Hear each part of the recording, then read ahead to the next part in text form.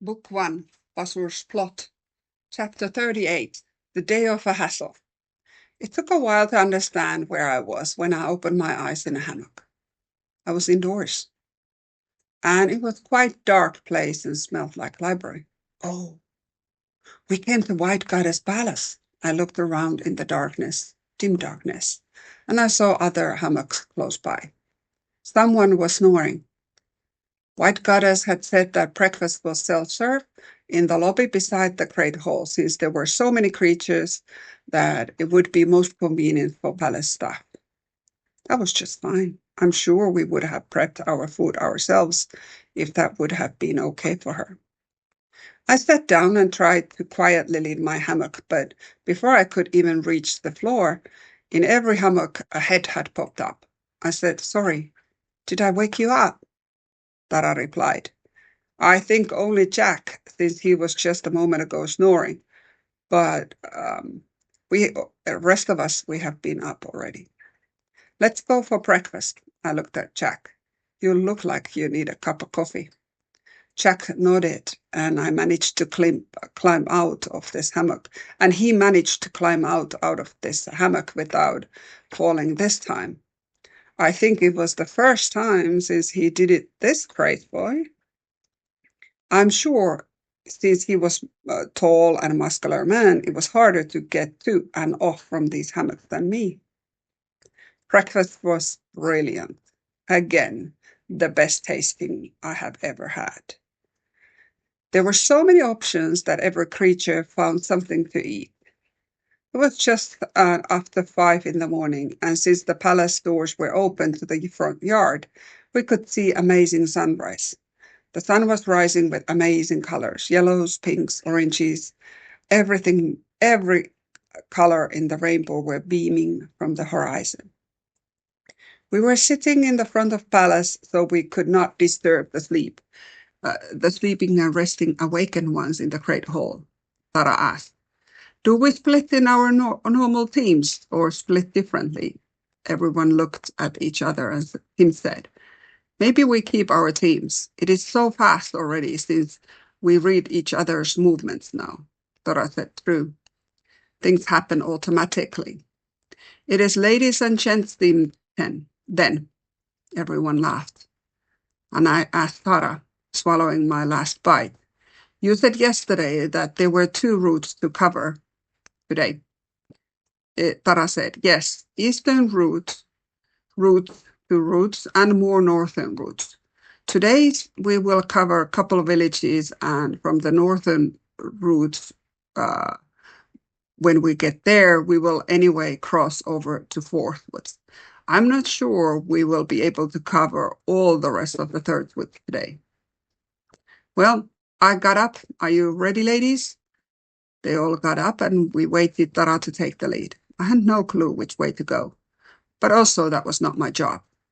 2 female folks' shadows came close to us, and they stepped in front of us and behind us. I guess they were close scouts.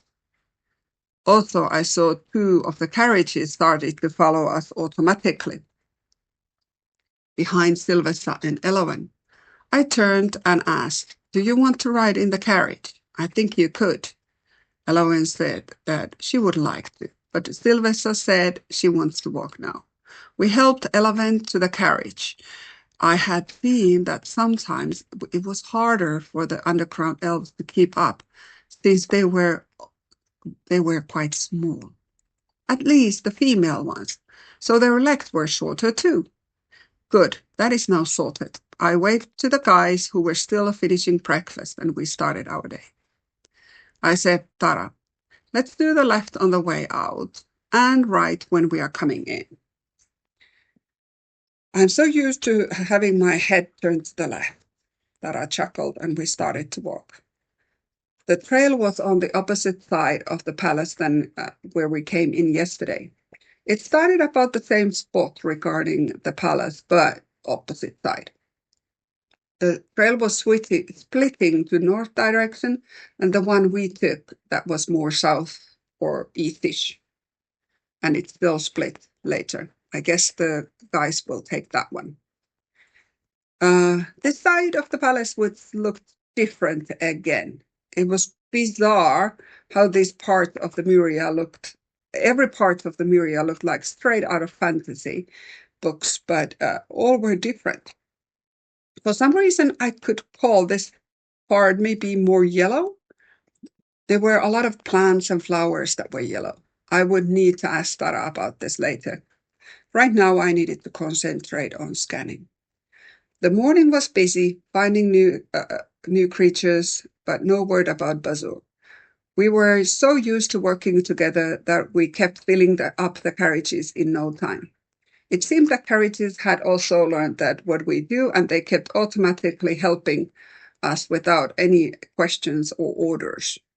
Sylvester asked the last filled up carriage to bring maybe one or two creatures back to help us to lift awakened ones to the carriage.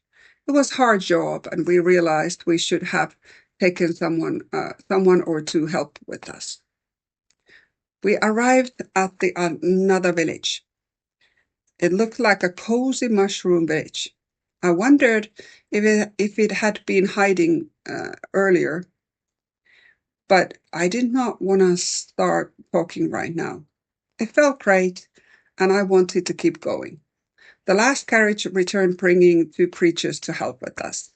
They were earlier rescued bigger creatures. They looked like two dogs, but in a standing position. I heard they were called Varkuns. Very interesting looking creatures. They looked strong, and this would work well for sure. I started to go over left-hand side mushrooms, and it seemed that every single one or two had one or two or even three creatures. Awakened them, and I popped my head into the third one, and there were another two. I turned around and spoke to Tara. Again, two. Looks like all of these have two or three. I want to almost bet that all mushrooms have them. I wonder if we just cover now the whole village and then send probably two carriages back at the same time to Palace. What do you think? Also, these creatures, some creatures that were missing the whole tribe, since these look different than earlier ones. Don't really know how to describe them, Tara replied. I was wondering if we had the whole tribe as well. I have seen these centuries ago, but honestly don't know who they are, other than obviously Myria creatures. They are also too stunned yet to talk to us. Sylvester, will you give them translator remedy? And for me too. So let's give that, and at the same time, then we give the other remedy. If they don't understand what we are saying, that might still help them to stay calm. And let's tell them that they are safe and they will be transported to the White Goddess Palace. Her reign has been from the beginning, so they should recognize her. Everyone nodded. We had gotten these Varkun creatures from the palace to help us, so there was a less lifting to the awakened ones, to the carriages. I asked a Varkun to follow me and carry the awakened one directly to the carriage for Eleven, Sylvester, and Tara, who were giving the two remedies and explaining the awakened ones that they are now safe. Thankfully, the carriages were following my speed and me automatically now. It took about an hour to get all the mushroom houses emptied, and also I had to scan anything in between and surround. After I got to the last house on the right, I just sat down on the trail. I need a nectar and food and a break. Tara smiled. I think we all do. Let us help these on the way, and let's eat here. Humefolk, do you want any? Shadow went by Tara, and I guess she got an answer since she nodded. It seems they did not eat now. Carriages turned around full of awakened ones. It looked like we did uncover the whole tribe. They were all cursed as small tables or chairs or such, and it would be very hard to recognize inside the abandoned houses. Well, technically, they were not abandoned since the inhabitants were cursed into their houses. I said aloud, "This was not a ghost town. This was village with its inhabitants cursed to their houses." Tara nodded. "Yes, we were not able to know that." She looked sad. I tried to cheer her up. "We are here now, the rescued crew." She looked at me and smiled. "Yes, I know. It is just so sad. I imagine that Bazur has surprised them at night, and so nobody saw this coming. I'm still, I am starting to think, is this that he has Bazur practiced earlier than we thought and just perfected his skills." Underground elves nodded, and they did not look too happy either.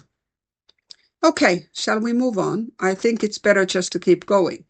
You all look like you sold your country." Others looked at me puzzled. I continued, just a finished saying, meaning you look very down or disappointed." Others looked at each other, and Sylvester said, "Got it.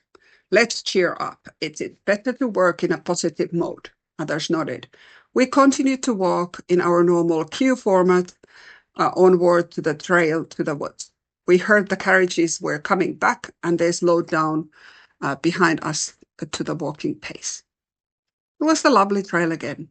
This time it felt like it was some England forest trail or such, with a lot of leafy trees. But in between there were so many plants and flowers that were super colorful and bizarre looking. Beautiful, yes, but some looked like they even had eyes and followed us around. We found a few creatures on our way to the east shore of the Fourth Woods. Actually, less than I was used to by now.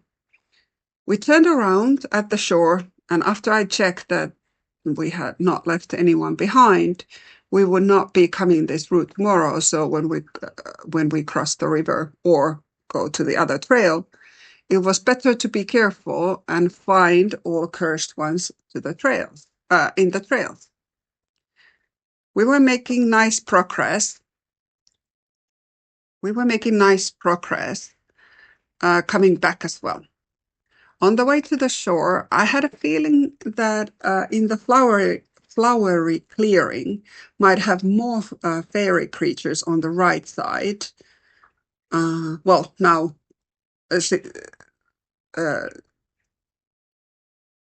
on the right side, but when we were coming this way, I only did the left side.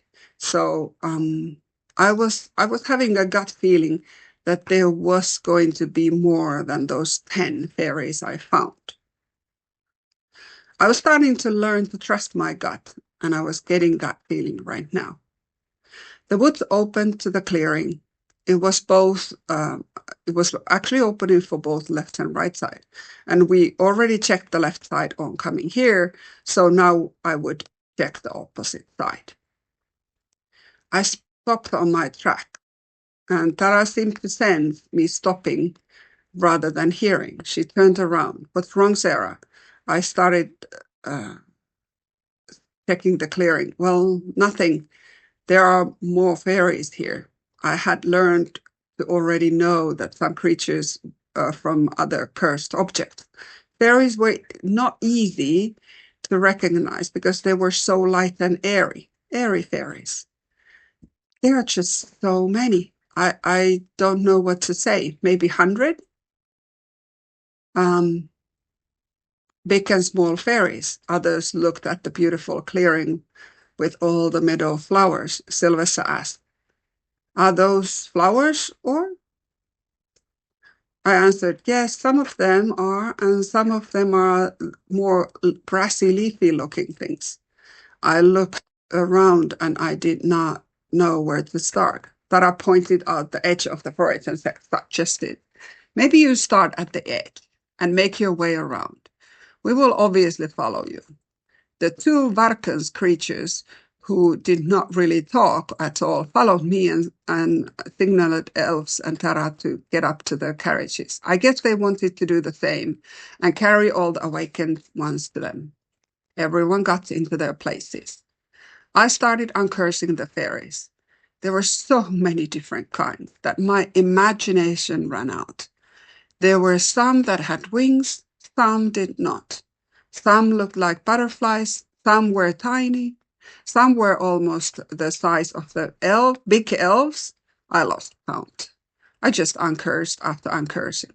I made my way slowly to the other side of the clearing. Thankfully, it was not a huge clearing. I looked back at the scanning constantly until I was sure I had not left anyone behind. I asked one of the dog creatures, the Varken, to raise me to air for a moment so I could have a better look overall. He did. It felt I felt like a feather. That is how easily he lifted me up. I quickly scanned the whole clearing and found nothing. I asked him to let me down. I turned to the others. I need a drink. That was a lot. Shall we send the carriages away and have a drink? I want to get going so I can rest for tomorrow, but I need to sit down for a moment. After a moment, we started to slowly walking back, scanning the current left side that was still left to be done. We reached the village earlier from this morning once the carriages came back. And I said to others, I want to sit here in the carriages and scan. I'm, for some reason today, more tired than some of the previous days. Others nodded. They had no problem following my example. It seemed that the carriages had been told we would want to maybe what we would want, or maybe they listened again and they started slowly to move so I could scan easily. This was better. I felt better sitting up here and scanning. I think I needed some remedy itself. I made a mental note to later ask from Sylphus something. We found some older creatures on the way, mainly 2 or 3 creatures groups. They were very tired and having a hard time to recover. But that seemed to be the same for all elderly creatures. We had our carriage now full, and everyone stepped down, and we let it return to the palace. We said that we would likely not need to return this place, since it's just a small way to go. But tomorrow we would need to finish the rest of the third wood. I asked the Varko's creature, would you like him to jump the carriage too when they come back? They had been walking beside and lifting the uncursed creatures to the carriages. One of them spoke. No, we walk. We come when there's no lifting. Oh, they do speak, I wondered. He saw the look of my face and said, yes, we speak and understand you. We just do not speak much. We are Varkos. It means the silent kind. He turned around and started walking. I guess that was already much coming from him. The rest of us climbed to the last carriage, and I continued scanning the left side of the trail and surrounding. We were getting closer to the palace. It was probably about 5 afternoon, and my stomach was saying that food would be nice. It growled. Tara looked at me. I said, no, we will finish this. Not much left. Tara nodded. Let us know if you need nectar or such. You cannot push yourself over your limits either. Thankfully, the rest of the trail was very uneventful, and we actually did not find anyone anymore. When the palace was in the view, I said to the Varkans, I don't think we have any more cursed ones on the way. Please get in now. Both of them climbed up, and the carriage expanded again to luxurious measures. The carriage picked up a little bit speed, but so that I was still able to keep my eyes on the trails, just to be sure we left nobody behind. But nothing. All was okay. It was a relief to go back to the palace. I have to talk to Jack if he's feeling stressed today or drained. If yes, it must be easier to work when we are being together.